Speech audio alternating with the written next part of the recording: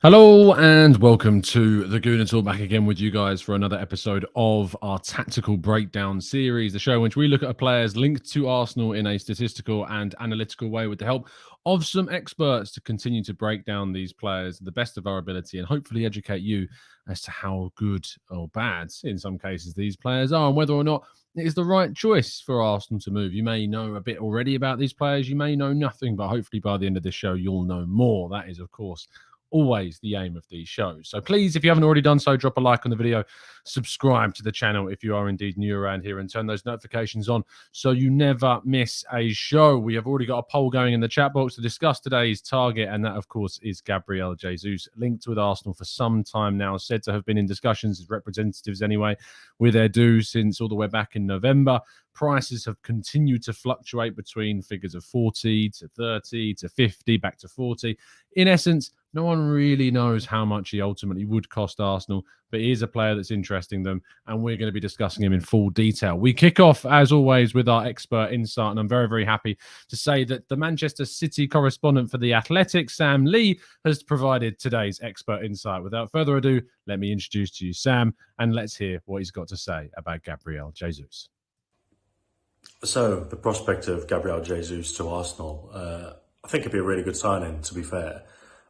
At City this season, last couple of seasons, he's played all across the front three, so he can play off the left. So at the start of this season, he did very well off the right. I think Arsenal fans might remember he did quite well there on the right-hand side in one of the early games at the Etihad.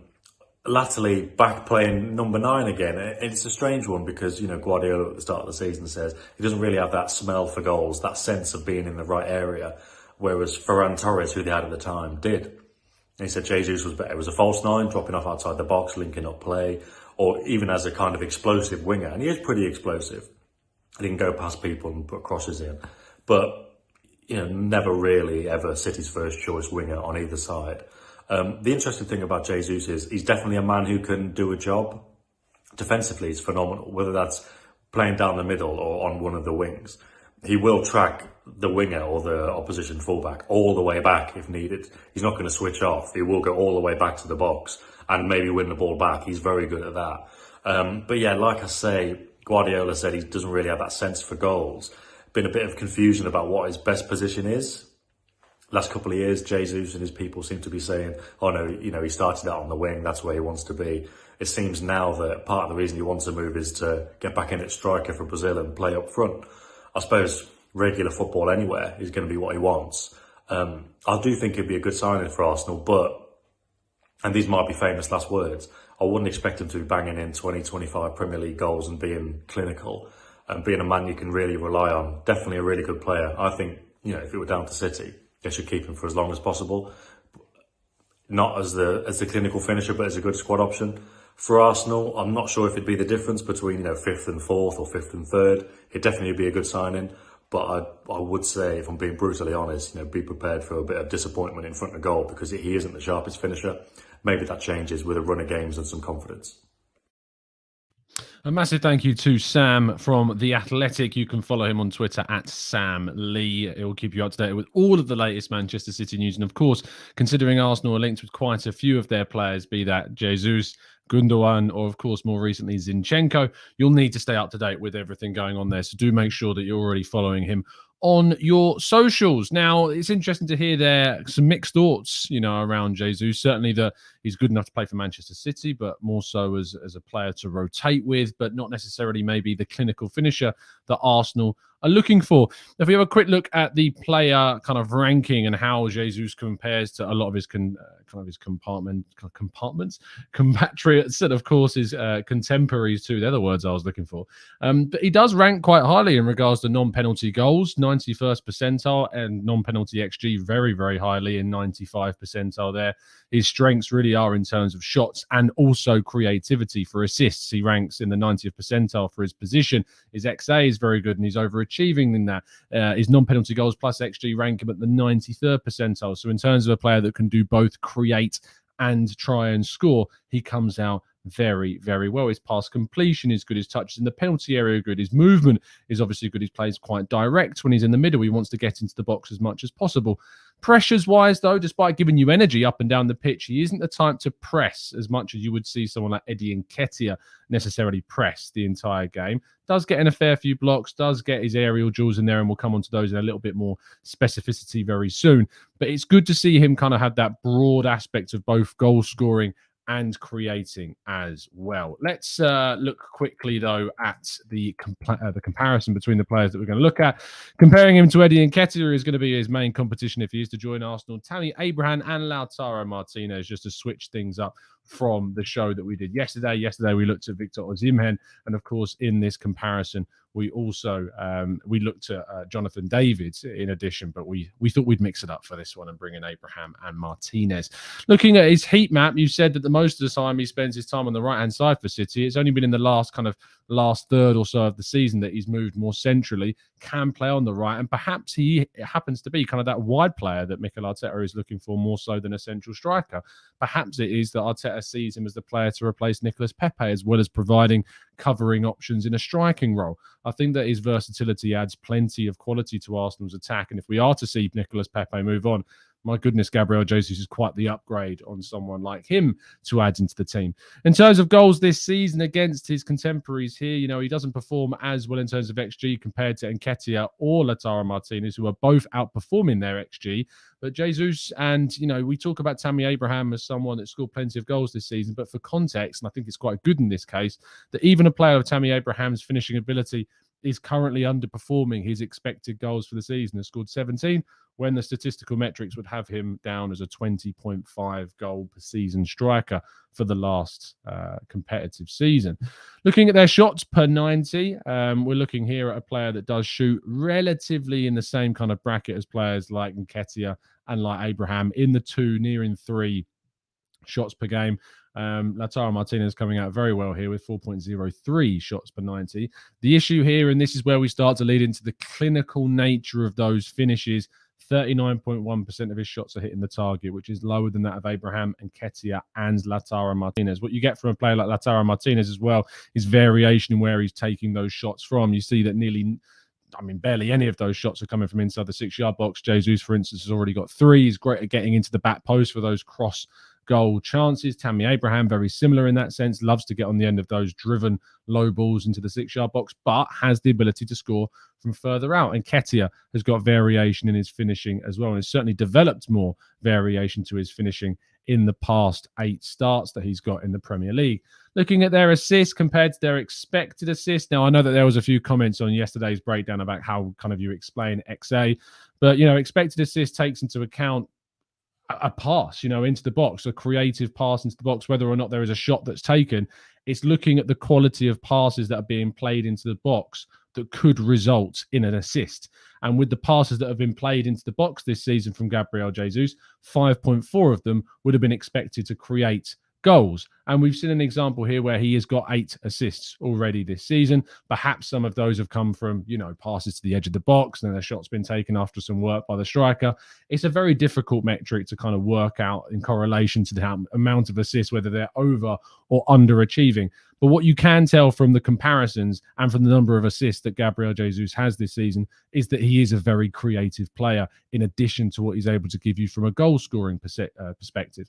In terms of aerially, he doesn't fade away. I mean, you consider the fact that Tammy Abraham is one of the more aerial strikers around, especially that are in the bracket of players that Arsenal are looking at, and 37.5% of those duels are being won. And you look down to someone like Gabriel Jesus, and it doesn't drop that far. 33.3% of aerial duels are being won, very close there to Lautaro Martinez, whereas Eddie Nketiah, that's just not really a part of his game that he's looking to win, despite the fact he burst onto the scene with Arsenal, scoring headers famously in those League Cup games against Norwich. It's not particularly been a strength of his. So seeing that, and 33.3% of those aerial duels being won, I think can certainly be taken as a bit of a positive.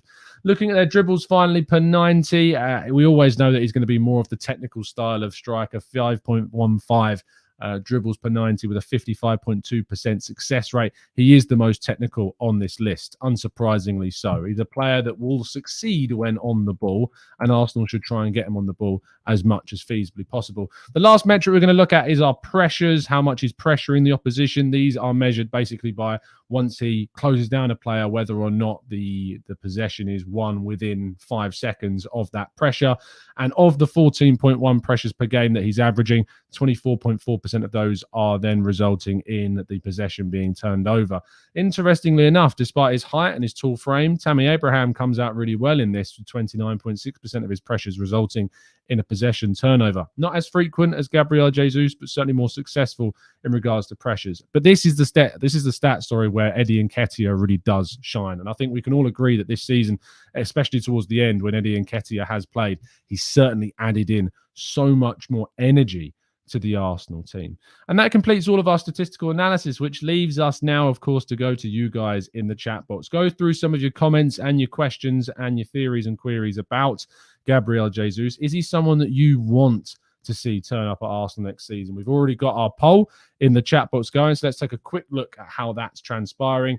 Question was, are Arsenal right to be prioritising a move for Gabriel Jesus? And 84% of you have said yes. He is a very popular figure, it seems, amongst our listeners this evening. If you're watching this on playback and thinking, I don't agree with that, then let us know in the comment section below what your thoughts are on Gabriel Jesus, or whether or not you would take him at the club next season. And also make sure, if you haven't done so already, to drop a like, because it really, really does help us out. Let's jump into the chat, though, because I think we've got a couple of we got a little bit of housekeeping. Alex L, thank you so much for becoming a member. Really appreciate the kind support. Very kind of you indeed. I'm sure the chat box is welcoming you into the TGT family. Ryan, thank you so much for the super chat. Eduard, Eddie, or Jesus? Eduard, well, that's not a name that's cropped up all that often in this summer. Was very, very heavy on him last summer and didn't really do all that much for Crystal Palace. It ended out last season.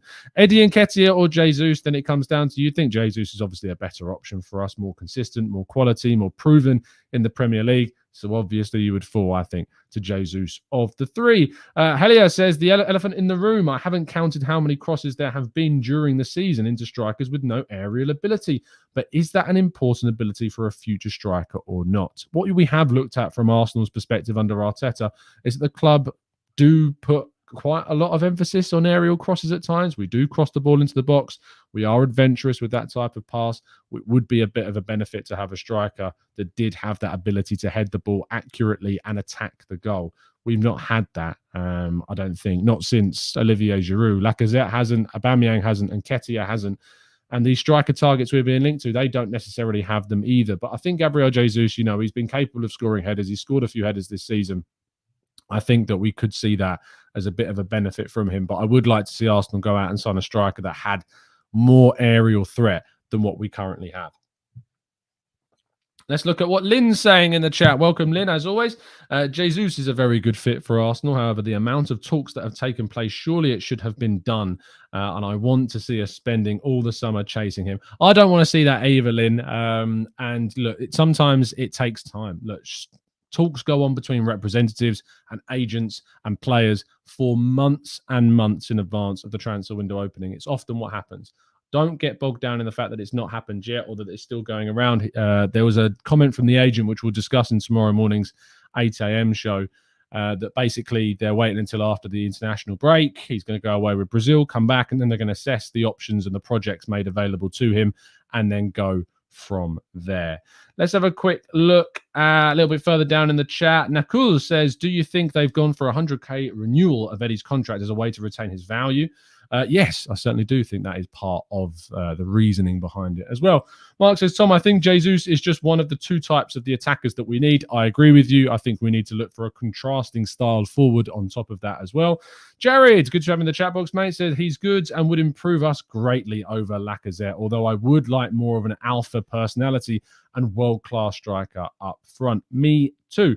Daniel says, is Gabriel Jesus likely to score 20-plus goals at Arsenal, and can he bring out the best in Saka, Smith Rowe and Ødegaard? I think if he was given the starting striking spot for an entire season, I would back him to score 20 plus goals during the campaign. And we can see how creative he is and how collaborative he is. Yes, I think he would be able to. I think he gives you kind of the best aspects of Lacazette's game in terms of the energy, in terms of, and when I say energy, I'm talking about kind of how he drops in sometimes, but also as the attacking threat to get into the box, scores goals where Lacazette doesn't, but ultimately does bring that creativity that Lacazette was famed for during that kind of spring period where he was getting all of those assists. Scrolling up a little bit more, Riley says Jesus and Gnabry would be dream signings. Absolutely, I agree with you. Troy says the wide forward, I don't know who that will be. Maybe Gakpo or Gnabry. If we do get linked to both of them more intensely, you can bet that we will be doing a tactical breakdown on those two as well. Callum, who is one of our newer members, says, do you think Arsenal should go nuclear this summer and spend January's budget also to compete on all fronts and cement a top 4 place? Absolutely. I mean, spend what you can spend. Don't save it. Don't hold it back, especially not till January. January is a very, very difficult window to navigate. We need to be making sure that we're spending all of our resources to the best of our ability during this transfer window. Darwin Nunez or Jesus, says Omar. It's a very good question because, of course, Darwin Nunez has been scoring like crazy for Benfica, but he is a bigger risk than Jesus, and he would cost probably double the amount that Jesus would cost as well. And because of that, I do lean towards Jesus. It's similar to the Osimhen. Whilst I think Osimhen is a more natural goal scorer than Jesus, the figure is not comparative to the step up in quality that Jesus is, and I think it would affect how capable we would be to go and spend money in other positions on the field. So it's all well and good saying, but surely you want the better striker. Sure, I'd love to get an Osimhen or a Nunez into the club. But if you're saying to me that you can have a Gabriel Jesus plus another really good central midfielder or just the striker, you know, I'd opt for the wider context of improving 2 positions than just the one. Oh, Sam, thank you so much for the super chat, mate. That's really kind of you. Thank you, Tom. Smash a like, people. Indeed, Sam has instructed you. And of course, if you did do that, I would really appreciate it. But thank you to the kind support, Sam. I know you've showed a lot of support and long-term love for the channel, and I really do appreciate it. Jeremy says, Jesus' versatility, being able to play across the front 3, pressing animal, clever movements in the box, top-tier link-up play, make this move a no-brainer. Get him in, and we have our 20-goal man. Albrecht says, do you expect us to sign 3 players in attack like Gnabry, Jesus, and Calvert-Lewin? Where do you see Jesus, striker or right wing? I don't expect us, if we're renewing Eddie Nketiah's contract, to bring in 3 forwards. I think Eddie Nketiah effectively fills one of those spots because we thought we were going to lose him. We will look, in my view, I hope I'm right in saying that I think we'll go for 2 more forwards, one being a striker. Is that Jesus? Who knows? He could be seen as the more wide forward. And as I've said there, the wide forward position. I think they're the 2 areas that we will look to bring in.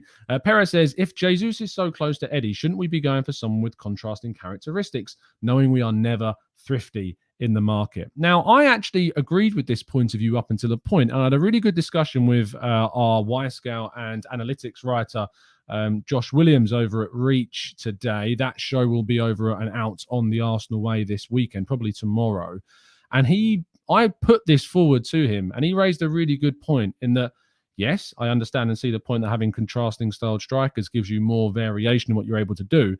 But actually, when you're fighting across multiple competition and multiple fronts and you want to rotate, having 2 players that when one's not available, you bring in someone that's effectively like a clone or as similar to a player as you can get, it means that you don't fall back. You don't drop in quality. You don't have to change the way you play. You don't have to change anything about your system or your structure or the way that you're playing.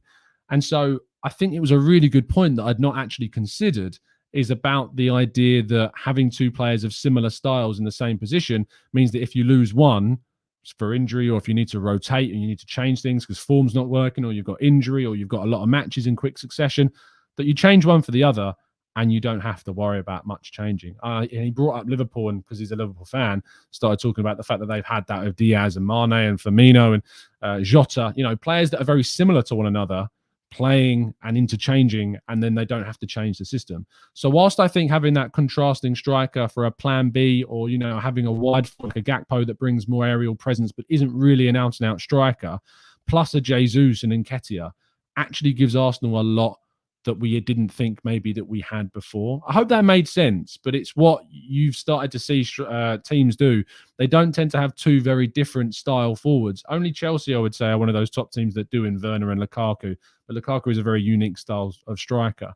most teams, have two forwards that are very similar. Cavani and Ronaldo, two physical, aerial threats, great finishers, powerful strikers of the ball. And you look at City, Jesus and Aguero are very similar. And you look at Liverpool with Jota and Firmino, very similar. So I think that actually, no, it's not necessarily a drawback having Jesus and Nketiah. And I think they can coexist and actually work quite well, especially because Jesus is versatile enough to play in a wide position as well. I think that's probably a really good point to end today's show. And I know that these are only shorter, only 20 minutes. But if this isn't enough for you, I know that you're joining me tomorrow morning at 8 a.m. for the next one. I've got some really good content coming up for you next week. Some more tactical breakdowns, of course. As soon as we are linked to a player, you make sure you get on my back about getting a tactical breakdown out. I will be aiming to do them as soon as feasibly possible for you so that we can get educated on who these players are. Because, even I learn stuff during these games and during these shows. Thank you for watching. Please do put a like on the video if you haven't done so already. Please share this around and tell your mates if they're wondering about Arsenal's transfer targets. You can use the stats. I want to see print screens. If you want to use the print screens from the chat and tag me in them online, feel free. This is what we do it for, to help with your education, help with you understanding who these players are. Thank you for tuning in. I'll see you tomorrow morning at 8 a.m. And as always, up the Arsenal.